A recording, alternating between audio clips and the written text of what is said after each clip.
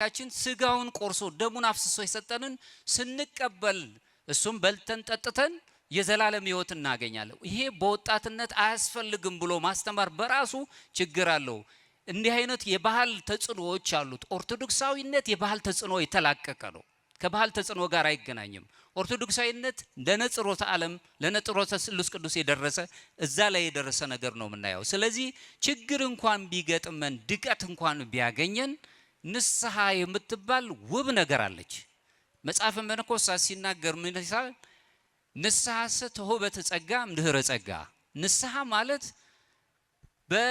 በልጅነት ያገኘናት በጥምቀት ካገኘናት በኋላ ያገኘነው ልጅነት የምናገኝባት ሌላዋ የይቅርታ በርናት ነው የሚለን።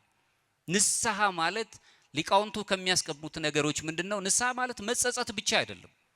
አሁን ለገባሁት ኃጢአት ዳግመኛ ይህንን ኃጢአት ላለመስራት ቃለ መሐላ